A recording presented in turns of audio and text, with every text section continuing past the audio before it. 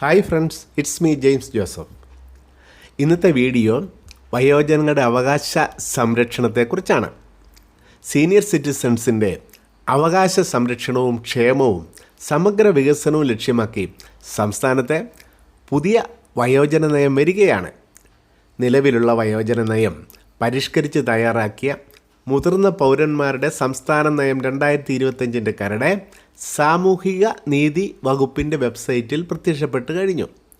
വയോജന സൗഹൃദ സമൂഹം വളർത്തിയെടുത്ത് കേരളത്തിലെ മുതിർന്ന പൗരന്മാരുടെ അന്തസ്സും ക്ഷേമവും സജീവ സാമൂഹിക പങ്കാളിത്തവും ഉറപ്പാക്കുക എന്നതാണ് നയത്തിൻ്റെ ലക്ഷ്യം. നമുക്കറിയാം, ആരോഗ്യകരമായിട്ടുള്ള വാർദ്ധക്യം ഓരോ സീനിയർ സിറ്റിസൻ്റെയും സ്വപ്നമാണ്. ആരോഗ്യകരമായ വാർദ്ധക്യം എന്ന ആശയം മുന്നോട്ട് വയ്ക്കുന്നു എന്നതാണ് പുതിയ നയത്തിൻ്റെ പ്രധാന സവിശേഷത.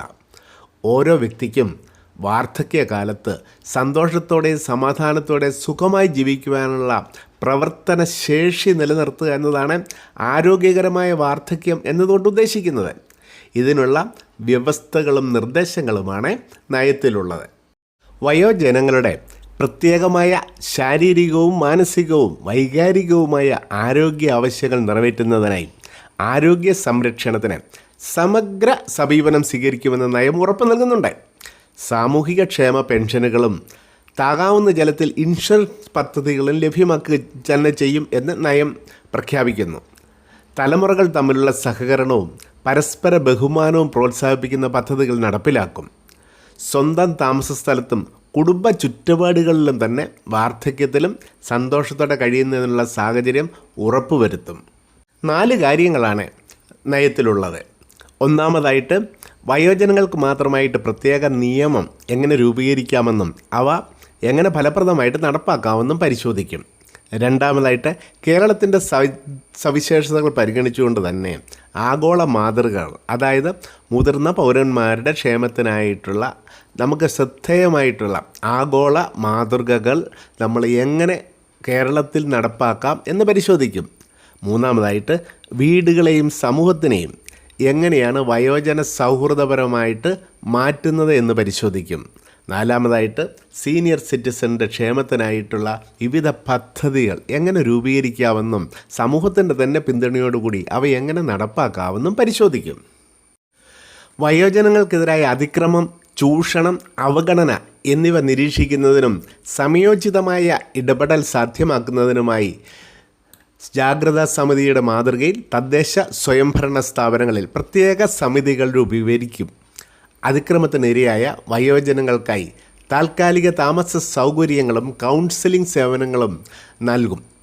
വയോജനങ്ങൾക്കെതിരായ കുറ്റകൃത്യങ്ങൾ കൈകാര്യം ചെയ്യുന്നതിന് പ്രത്യേക ഫാസ്റ്റ് ട്രാക്ക് സംവിധാനങ്ങൾ സ്ഥാപിക്കും.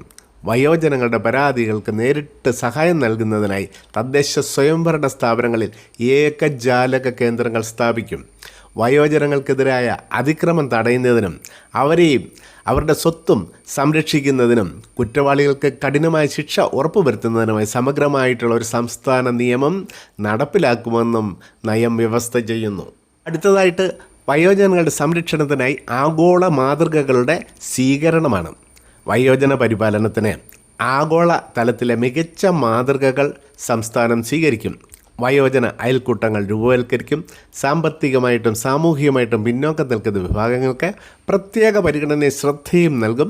അയൽപക്ക വ്യായാമ ക്ലബ്ബുകൾ, ഫിറ്റ്നസ് സെൻ്ററുകൾ, വ്യായാമ ഉപകരണങ്ങൾ, ഓപ്പൺ ജിം സൗകര്യങ്ങളുള്ള വയോജന സൗഹൃദ പാർക്കുകൾ തുടങ്ങിയവയുടെ സ്ഥാപനമാണ്. അടുത്തതായിട്ട്, ആരോഗ്യ സംരക്ഷണ മേഖലയാണ്. രോഗങ്ങൾ നേരത്തെ കണ്ടെത്തുന്നതിനും തടയുന്നതിനും പതിവ് രോഗപരിശോധന 35 വയസ്സ് മുതൽ നിർബന്ധമാക്കും. മറവി രോഗ പരിശോധന, പാർക്കിൻസൺസ് രോഗം മുൻകൂട്ടി കണ്ടെത്തൽ, നാഡീവ്യവസ്ഥ പരിശോധന എന്നിവയ്ക്ക് സൗകര്യമൊരുക്കും. വയോജനങ്ങൾക്ക് മാത്രമായിട്ടുള്ള വാർദ്ധക്യകാല സേവനങ്ങൾ, ആരോഗ്യ പരിശോധന രീതികൾ എന്നിവ ഉൾപ്പെടുത്തി പൊതുജനാരോഗ്യ സൗകര്യങ്ങൾ നവീകരിക്കും. താഴ്ന്ന വരുമാനക്കാരായ മുതിർന്നവർക്കായി രോഗപ്രതിരോധ ചികിത്സ, ദീർഘകാല പരിചരണം എന്നിവ ഉൾപ്പെടുന്ന സബ്സിഡി നിരക്കിൽ പ്രീമിയമുള്ള പ്രത്യേക ആരോഗ്യ ഇൻഷുറൻസ് പദ്ധതി നടപ്പിലാക്കും. ആയുഷ് ഉൾപ്പെടെയുള്ള മെഡിക്കൽ പാഠ്യ പദ്ധതികളിലും വാർദ്ധക്യകാല ചികിത്സ സ്പെഷ്യലൈസേഷനായി ഉൾപ്പെടുത്തും. വാർദ്ധക്യത്തിലെത്തിയവരെ പരിചരിക്കുവാൻ കുടുംബാംഗങ്ങൾക്കും മറ്റും പരിശീലനം നൽകും. പകൽ വീട്, വയോ ക്ലബ്ബുകൾ, സ്വയംപ്രഭ ഹോമുകൾ തുടങ്ങിയ സാമൂഹിക പരിചരണ കേന്ദ്രങ്ങൾ എല്ലാ തദ്ദേശ സ്വയംഭരണ സ്ഥാപനങ്ങളിലേക്കും വ്യാപിപ്പിക്കും. സഞ്ചാര പരിമിതിയുള്ളതും വിദൂര പ്രദേശങ്ങളിൽ താമസിക്കുന്നവരുമായ വയോജനങ്ങൾക്ക് അവരുടെ ആവശ്യ സഹായങ്ങൾ, സേവനങ്ങൾ തുടങ്ങിയവ യഥാസമയം എത്തിച്ചേരുന്നതിനായി വാതിൽപ്പടി സേവന സംവിധാനം നടപ്പിലാക്കും. ഉയരം കുറഞ്ഞ ചവിട്ടുപടികളുള്ള ലോ ഫ്ലോർ വാഹനങ്ങൾ, മുതിർന്ന വ്യക്തികൾക്ക് ഇരിപ്പിടങ്ങൾക്ക് മുൻഗണന നൽകൽ, എളുപ്പത്തിൽ ടിക്കറ്റ് എടുക്കുവാനുള്ള സംവിധാനങ്ങൾ, ദൃശ്യ ശ്രാവ്യ അറിയിപ്പുകൾ തുടങ്ങിയ സൗകര്യങ്ങൾ വാഹനങ്ങളിൽ ഉൾപ്പെടുത്തി പൊതുഗതാഗത സംവിധാനങ്ങൾ നവീകരിക്കും.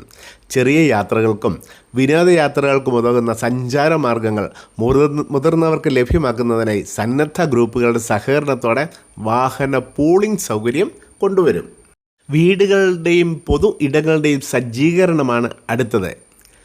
റാമ്പുകൾ, വീതിയേറിയ വാതിലുകൾ, തെന്നി വീഴാത്ത തറ, മതിയായ വെളിച്ചം തുടങ്ങിയവ പ്രവേശനക്ഷമതയും സുരക്ഷാ സവിശേഷതകളും ഉറപ്പാക്കുന്ന നിർമ്മാണ രൂപകൽപ്പന മാനദണ്ഡങ്ങൾ എല്ലാ പുതിയ ഭവന പദ്ധതികൾക്കും പൊതു കെട്ടിടങ്ങൾക്കും നിയമപരമായി നിർബന്ധമാക്കും.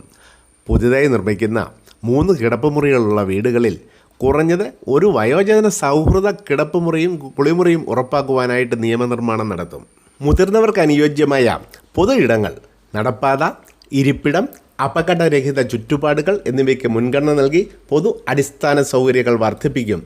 വിനോദസഞ്ചാര മേഖല വയോജന സൗഹൃദപരമായി വികസിപ്പിക്കും.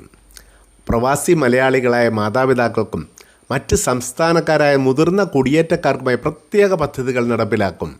പാർട്ട് ടൈം ജോലി ഉൾപ്പെടെ തൊഴിൽ മേഖലകളിൽ മുതിർന്നവരെ പരിഗണിക്കുന്ന വിധം നിയമന രീതികളും തൊഴിൽ ക്രമീകരണങ്ങളും പ്രോത്സാഹിപ്പിക്കും.